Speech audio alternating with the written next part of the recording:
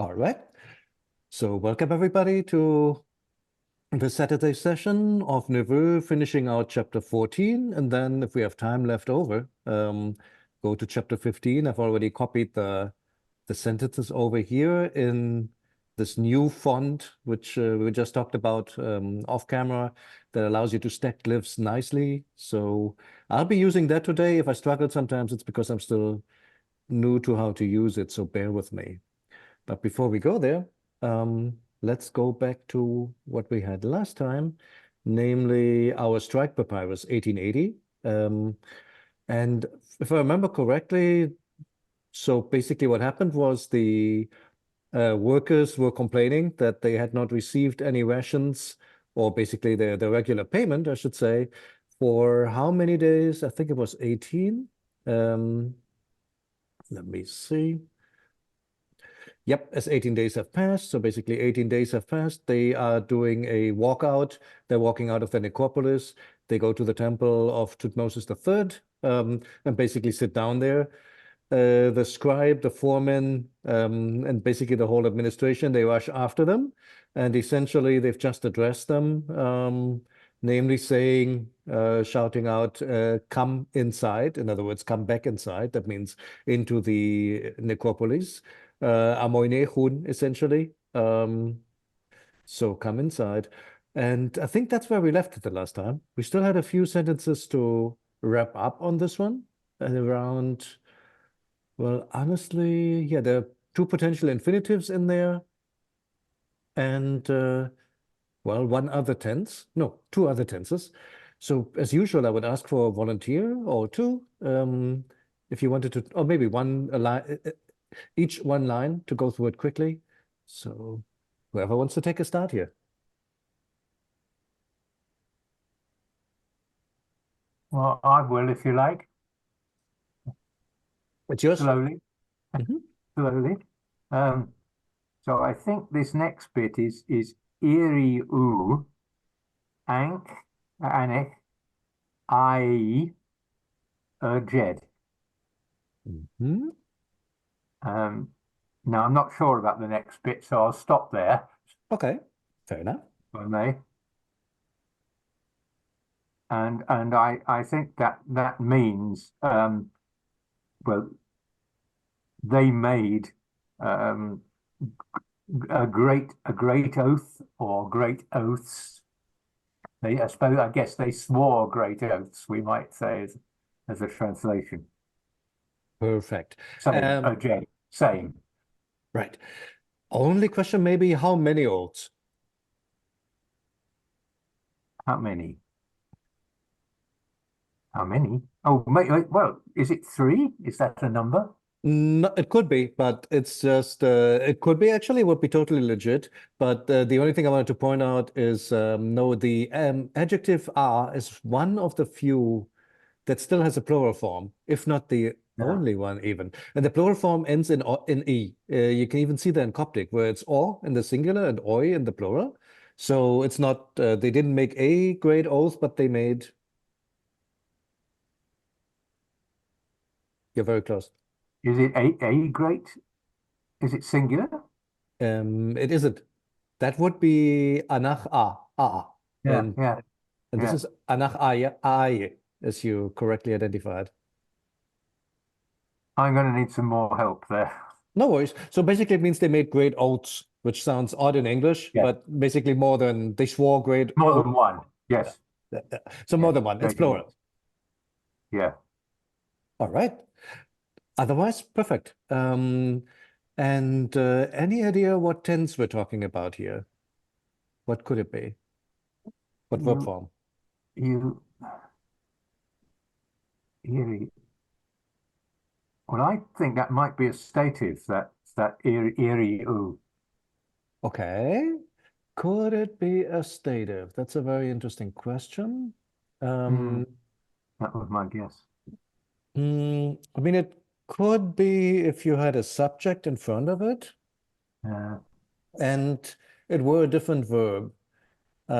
Because the stative is more like an outcome, right, of something. Yeah, So yeah, having come, having, yeah. Having made great oaths or Yeah, something it like that. yeah, one could think so. Uh, Although I don't really, I'd have to double check, but I don't see the stative of Erie really. It's something else. It's actually the subject of chapter 15. ah, so it's a past tense. Yes, sir. It's a past tense HMF, which with Erie often has that extra Y at the end. So yeah, that's basically they made a great oath, the way that you translated it. So past tense, Yeah, they made great oaths, great good. saying. Uh-huh. Yes. Perfect. All right. Well done. Let me fix the font here, make it a little bit less ugly. Um, all right. Who wants the next one? So what did they say?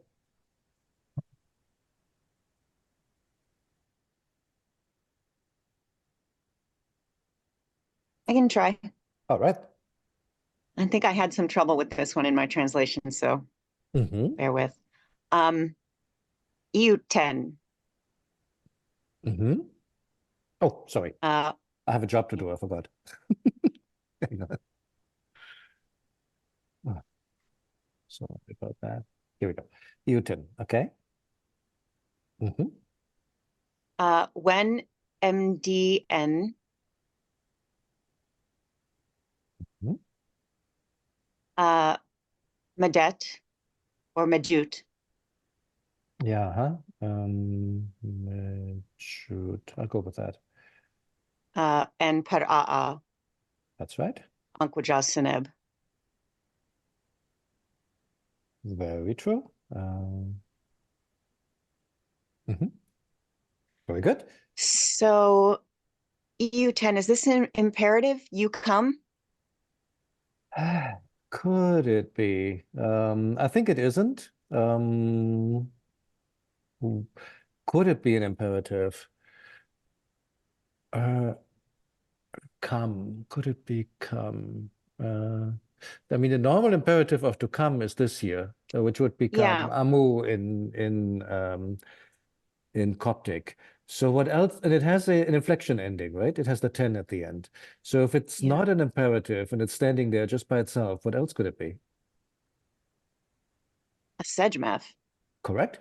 How many sediments? Two to choose from? Which one could it be? Past would be you have come or you came. Hmm. Perspective. I don't know. It's not making sense to me.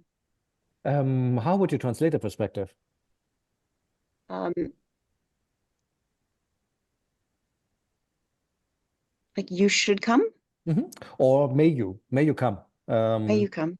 it's a polite command. It's basically a little bit more polite. Oh, I see. Obviously, I mean they're sitting there in the in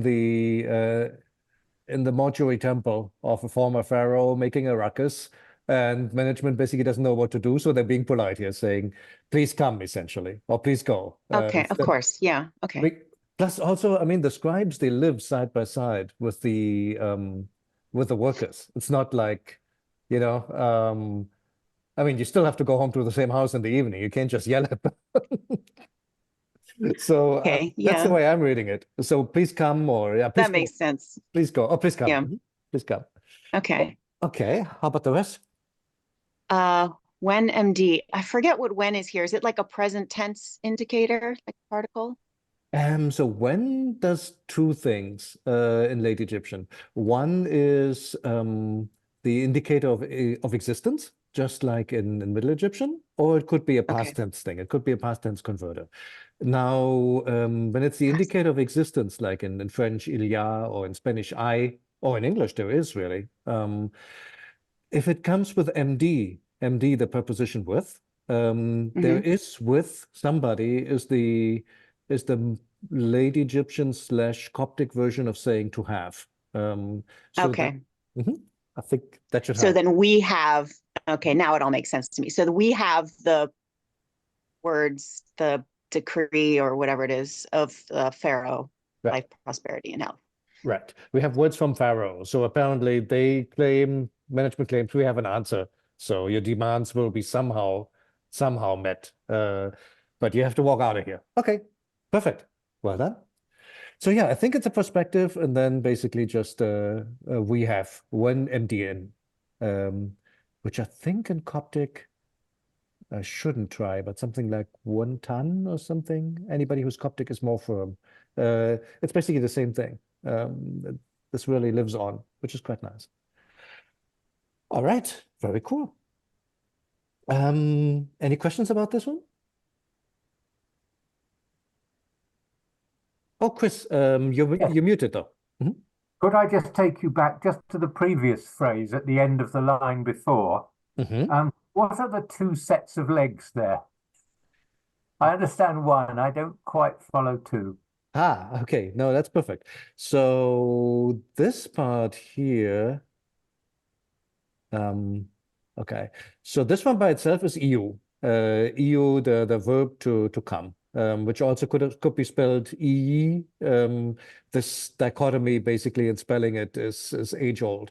This first one is to indicate the word itself. The second one is an addeterminative for to walk. Now, the interesting question is, what's that T doing there? I do know that T exists in the subjunctive in Middle Egyptian. And the interesting question is, are they writing that because of historical orthography? Basically going back 1,000 years and saying there used to be a T here. Are they writing it because it goes on with a ton at the end?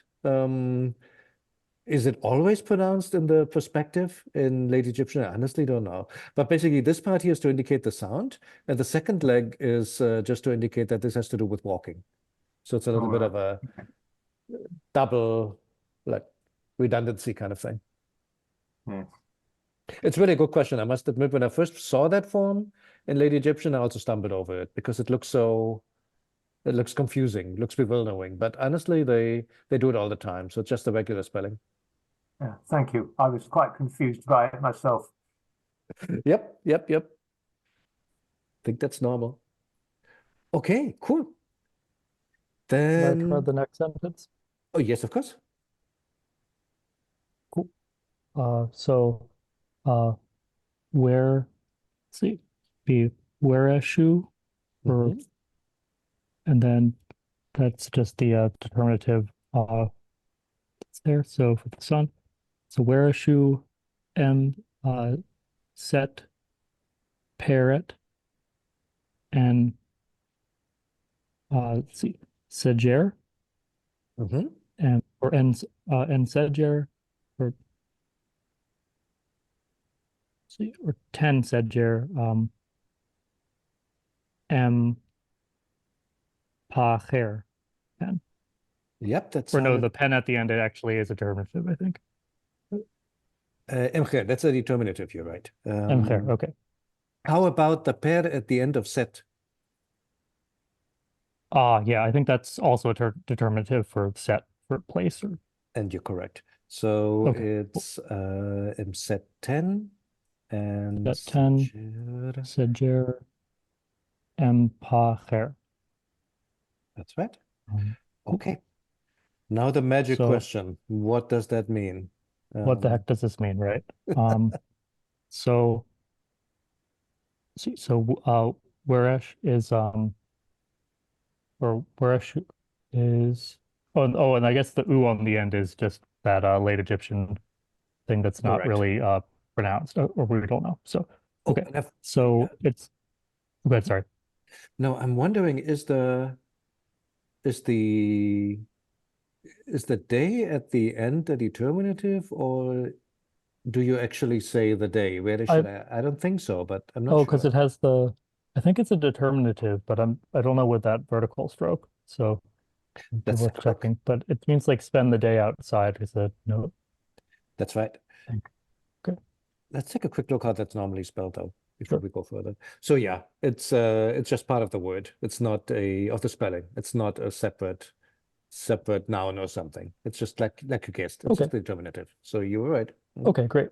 It's hard to tell when it has that extra mark there though, because it could be pronounced phonetically in other places. So okay, cool. So spend the day outside at the place at this place. Mhm. Um Mhm. And I'm not sure about the sejer. I think it's about related to sleep because there's the bed determinative, but maybe it has to do with the tomb. I'm not sure. Um, Sleep in hair. Sleep in the. I'm guessing it's these are both imperatives, but I'm not sure. Maybe not. They're just infinitives. Sleep in the hair. Is that? So you're absolutely right. It's a place. Yeah, I'm trouble with vocab. Sorry. Go Her, did I have it lost? Probably not. Her ahead. can be a tomb, or it can also be the whole tomb area there, the necropolis. I think necropolis Okay. fits better in this case. Okay. But are these imperatives here, or these are infinitives that are, or neither? That's what I'm wondering now, because I got the basic verb sense, but I didn't actually get the syntax. I don't think. So, uh, And go ahead. anybody have opinions on that? Yeah, please help. Thank you. I had Weresh as a possessive and Sejer as a stative, but I presume that that wav at the end of Weresh was actually had a meaning of an ending. Which might be wrong. I see. Got you. Then you'd need some kind of subject, though. I mean, the stative could be an imperative in rare cases. That's a thing in Middle Egyptian. I think it still lives on, like be gone in English, you know? But that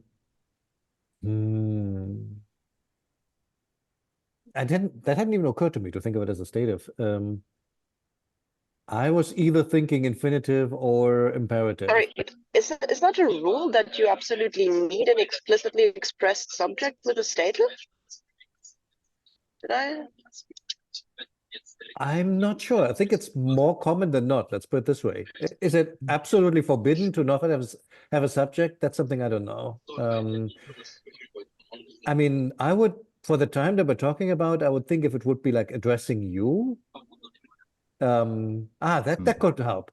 At this point in time, it should probably still Vereshti and Sejerti. If you wanted to use it for like you in the stative. I think you would need some kind of inflection ending at least. So I think we can rule that out. So could it be an imperative? Go again?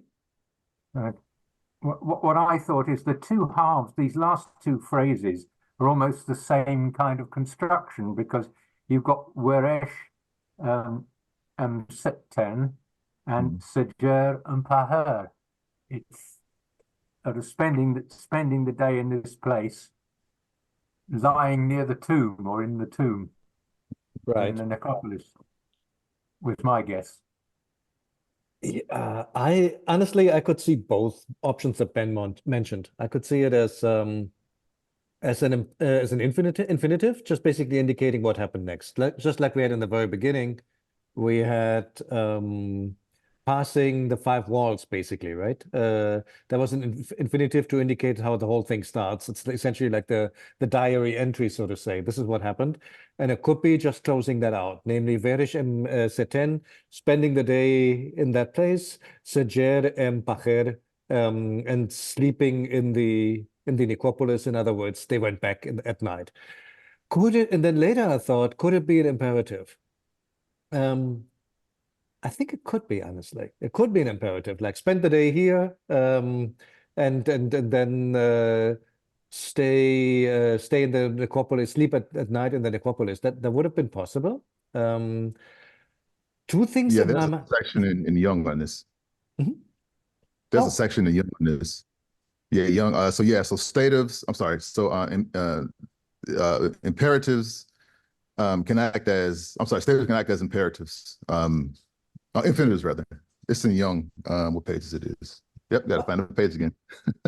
Okay. Oh, you're saying infinitives as an imperative? Yeah. Okay. Yeah. Young does a whole a couple of paragraphs on it. Yeah, let's see if we can go there and find it. I mean, if everybody wants to. That's helpful. Is that like so the exact same form is used and they're indistinguishable from each other besides context, or Yeah. like a lot of things? Okay, cool. So it's not necessarily a separate form for a straight imperative. I Or mean, maybe there is, but you could also use the infinitive in place of that. are they really pronounced the same? We know that for some verbs they're different. Like for example, for to say, jed, it's ag. It has like an extra vowel. The vocalization is different. But for example, if I look at other verbs like here, I think imperative and infinitive are both sotem in Coptic. So for the majority of verbs, I think they're the same in terms of vocalization and definitely in terms of spelling.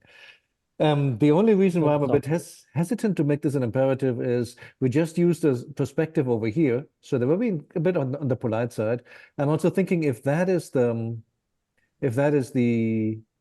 scribe and the foreman speaking, I mean, would they really run the risk? They've just tried to convince everybody to go back into the necropolis. Would they run the risk of saying, I just spent the day here? They might change their mind, right? They might just still camp out there for the next few days, which basically doesn't look good in front of your superiors. So I don't think they would have said that. It's just logically, it doesn't make a lot of sense to me to say, oh, just spent the day here, but come back at night.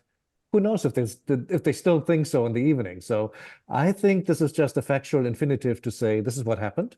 But can I prove that on grammatical grounds? No, I cannot. It's on page 78. Okay, let's pull that up. Yeah, and I agree. Yeah, I think it's an infinitive, but I was just saying infinitives can act as imperatives, though. Let's look that up. Page 78. That's interesting. Yeah, that's helpful to know that there are distinct forms for the imperative, but not all the time, and oftentimes they aren't distinguished.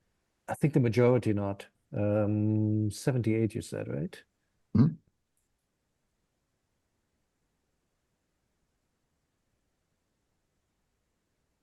Oopsie.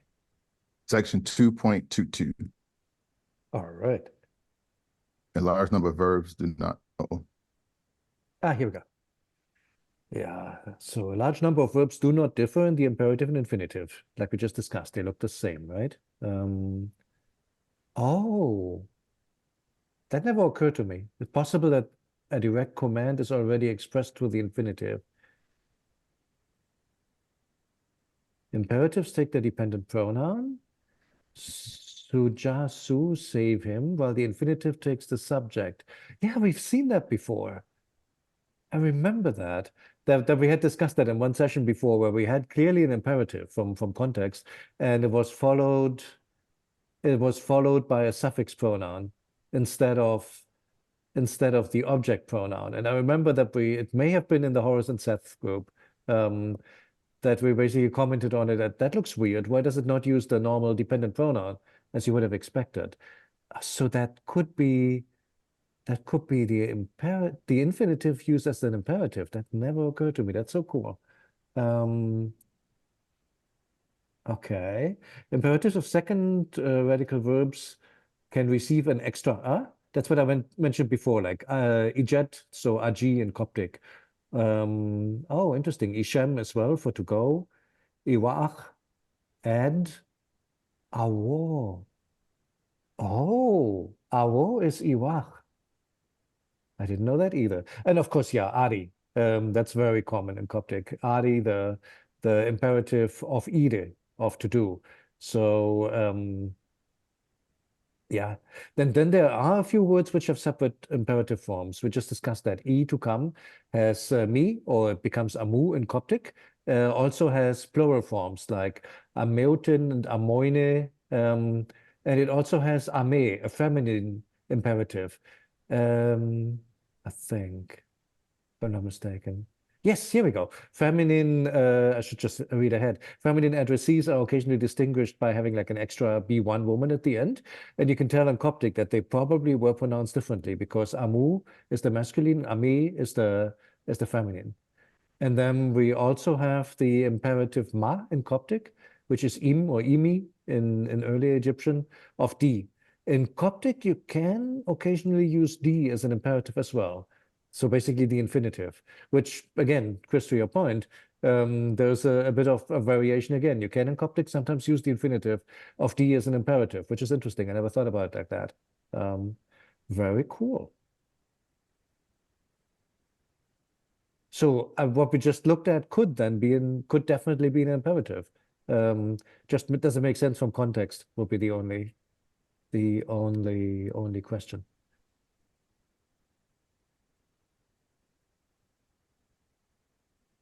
Okie doke.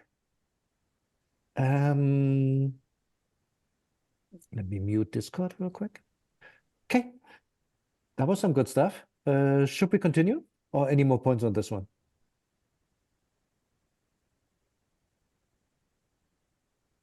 If not, then I would say, so we've closed this out. So it looks like for the moment, the situation with the workers is under control. Maybe they get some rations at least, or some payment.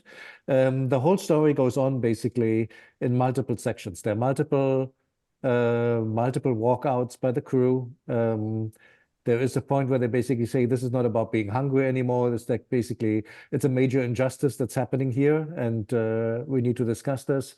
There is a letter later by the vizier or somebody really high up who's basically saying, look, I can only give so much, but here's what we're going to provide. More is not possible, something along those lines. So it goes back and forth for quite a while. You can tell that obviously the situation during this time in terms of being able to provide regular payment is not good. It's a real issue.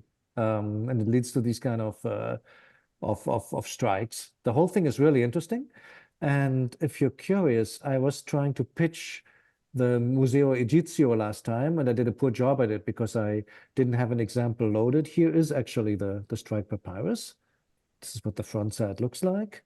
Some pieces missing here, but overall it's in pretty good shape.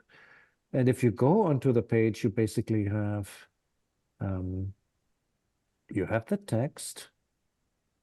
Well, you have the text here in transcription. Where's the text itself? I know it's somewhere. In any case, you do have the transcription.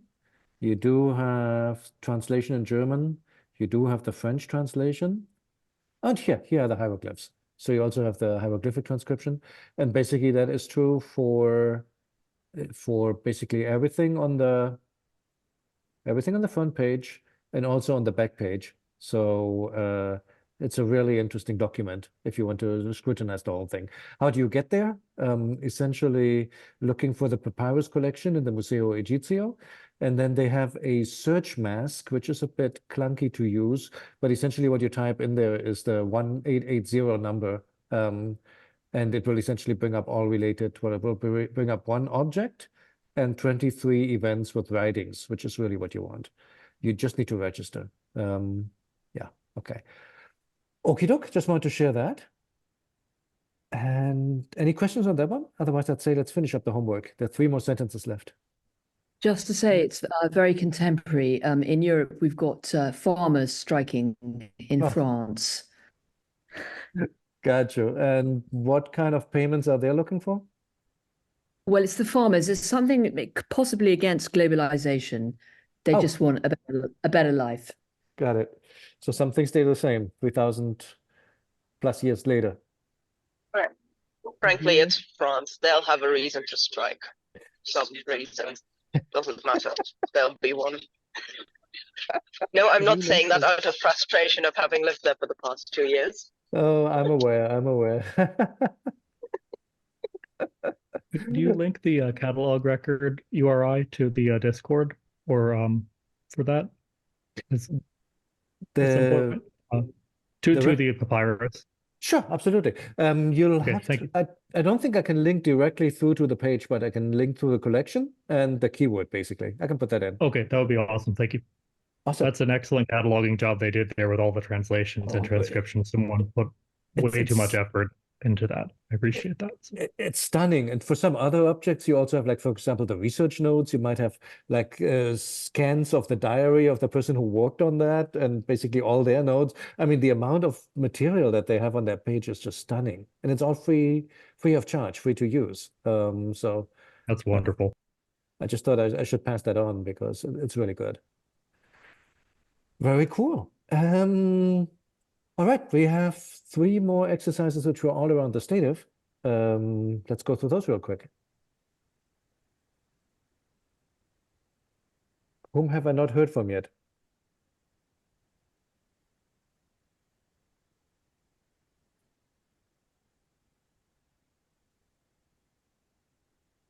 I don't have the Jeopardy music handy, unfortunately. Okay, yeah, I'll go. I had stepped away for a minute here. So, Okay. All right, so we have D. Okay. Hang on. Yeah, you're right. I should get ready. Yeah. Okay. So we have D message. Or doei message. Yes. Then we have D angkui or D angek.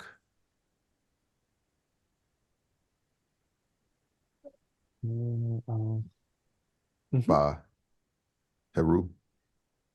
Bajero. That's right. Then we have Bureki, Aoi, Ni Dua. Dua.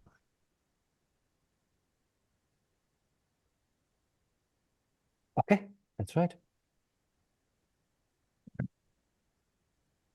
And what do you make out of this? Transcription is perfect. All right, so I was trying to find mine and pull it out. I can remember what I wrote down for sesh. Excellent. It's similar to Ika. So basically, msesh is or well, like excellent, well, good. It's an adverbial expression. That's why it goes with doei. D.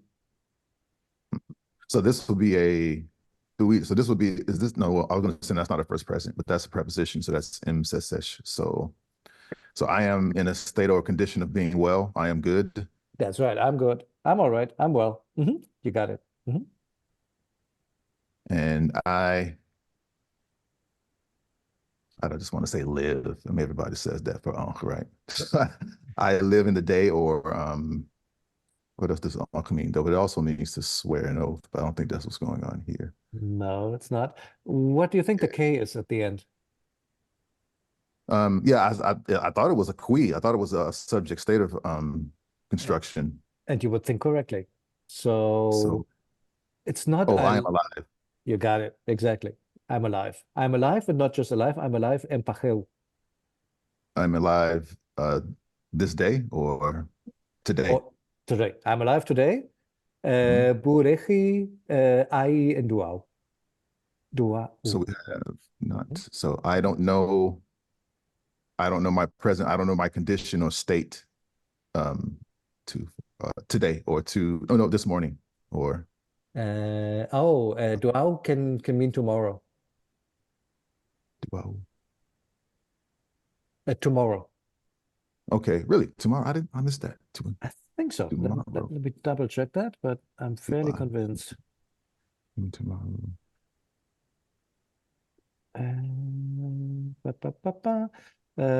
Matin.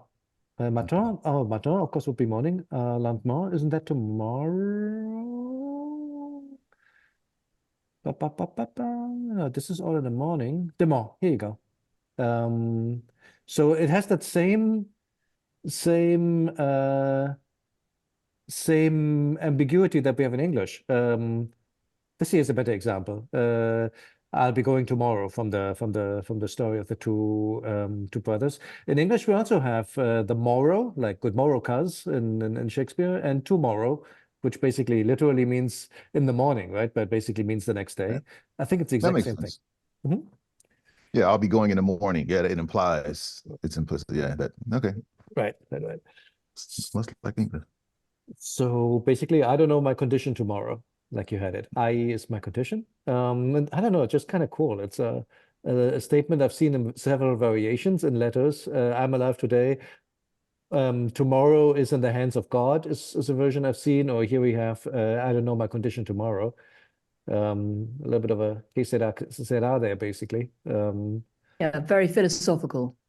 It is, isn't it? It's kind of cool what you sometimes dig up in these letters. So they become a lot more alive to me with statements like that. Yeah. So well done.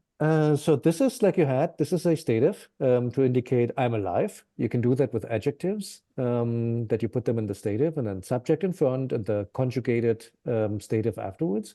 And then this puppy here is a special construction to give like the negative of rech, to know.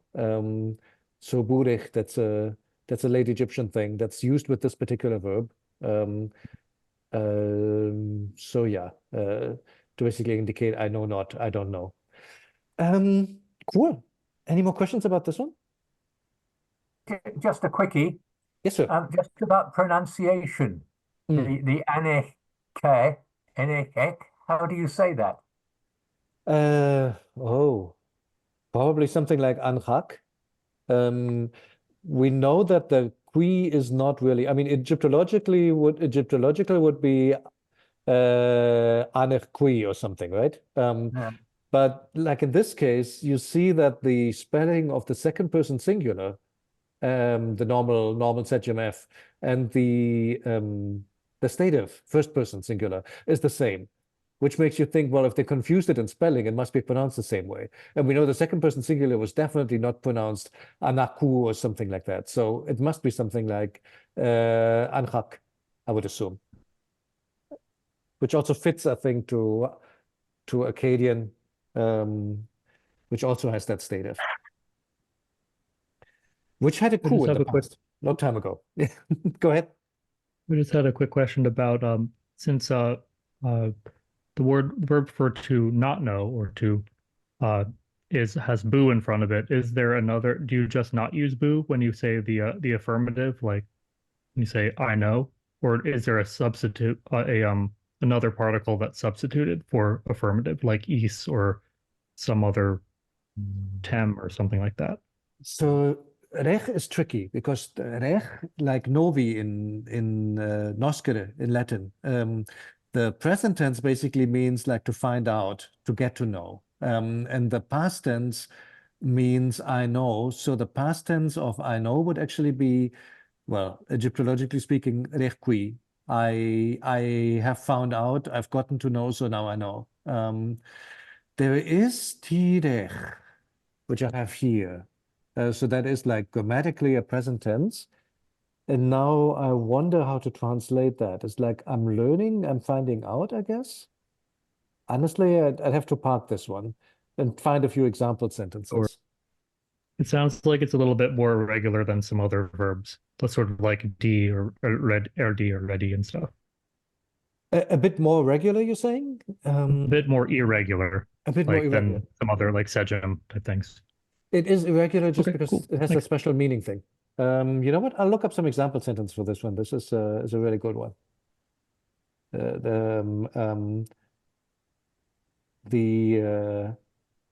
I think we need to do way more of that. Like, how do you actually, when you want to say something in Egyptian, how do you do it correctly? Somebody asked me on Discord the other day, DM, basically, how do you say, I learn Egyptian? That sent me onto a bunny ride. Like, how do you actually say that in Egyptian? I know how to say I understand Egyptian because that's attested, but I don't think there is or at least I don't know of any sentences where there's reference being made to language learning. So that raises the interesting question, how do you say I'm learning something? And there's a whole bunch of different options. So off topic now, but that's interesting. How do you actually use this verb in its different meanings? Would be interesting.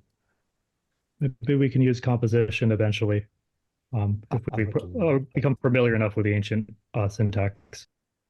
Yeah, I'm thinking for late Egyptian we really can because it's so close to Coptic. It's tantalizingly possible. For Middle Egyptian, I've asked Christian about that before, and his opinion was the same as mine. If somebody tells you they can confidently compose a Middle Egyptian, put a big question mark on that because there's just so much we don't know. But late, maybe. Hey, 2 sentences. Let's do them real quick. I'm so sorry. go Can you ahead. use rec? Can you use rec in the pseudo-verbal, like her rec? I am upon learning. I have to. I mean, Is that attested? that's what that is, and I know it appears somewhere. I'm just thinking about the nuance of meaning. Then does it mean I find out, I'm learning about? I think that's what it is, but I'd like to see a few sentences for that. So I'll be on. I've never seen stative verbs used nominally though, right? Because in the hair plus infinitive construction, the object of the hair is the infinitive is acting as a nominal verb. So I've never seen the stative used nominally like that. Oh, it wouldn't be the stative then. You're right. It would be the infinitive. It would be just rek, Right. not Yeah, just a her plus infinitive. I am upon learning, like that. Could you do that? Does rec, I'm saying does rec, because rec has the nuance of learning and knowing. It's kind of straddles those meanings. So I don't know if it works. I think that's what it is. But let me try to find out. Everybody, I mean, if that interests you, there is the TLA and there's Ramesses Online. I'd scour a bit for examples there. Okie doke. I just looked up a dictionary, not a very full dictionary, that has it as rec to learn. To learn, right? Yeah, I've seen that too. But when you look into a sentences, it's more like I've learned there are 5 of them or something, more like finding out about facts. And when somebody's saying I'm studying a language, I mean, I'm learning a language, it's really more like I'm studying a language. In some languages, there would be a separate verb where you can't just use getting to know.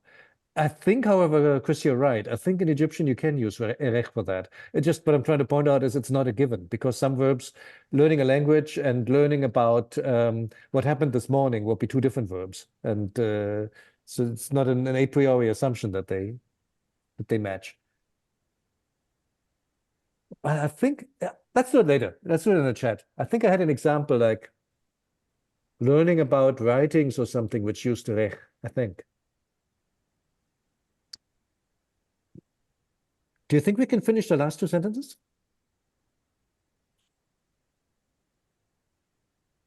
I can go again. If nobody else wants to. Okay. So we have UF hair, gem, diet.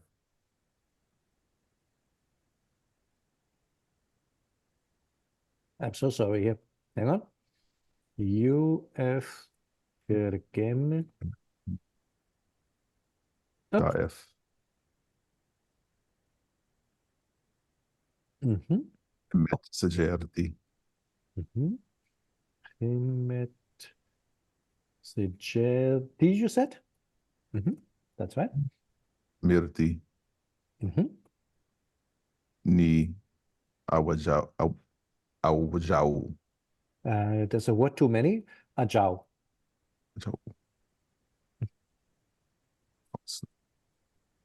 That's correct. And what do you make out of it? All right. He finds his wife, or he found his wife, lying or resting.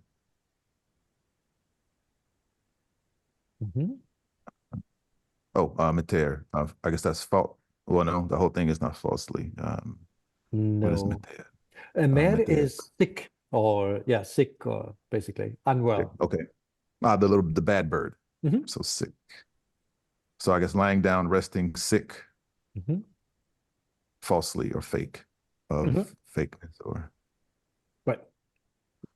So a bit more idiomatically in English for the last part. Resting, pretending to be sick.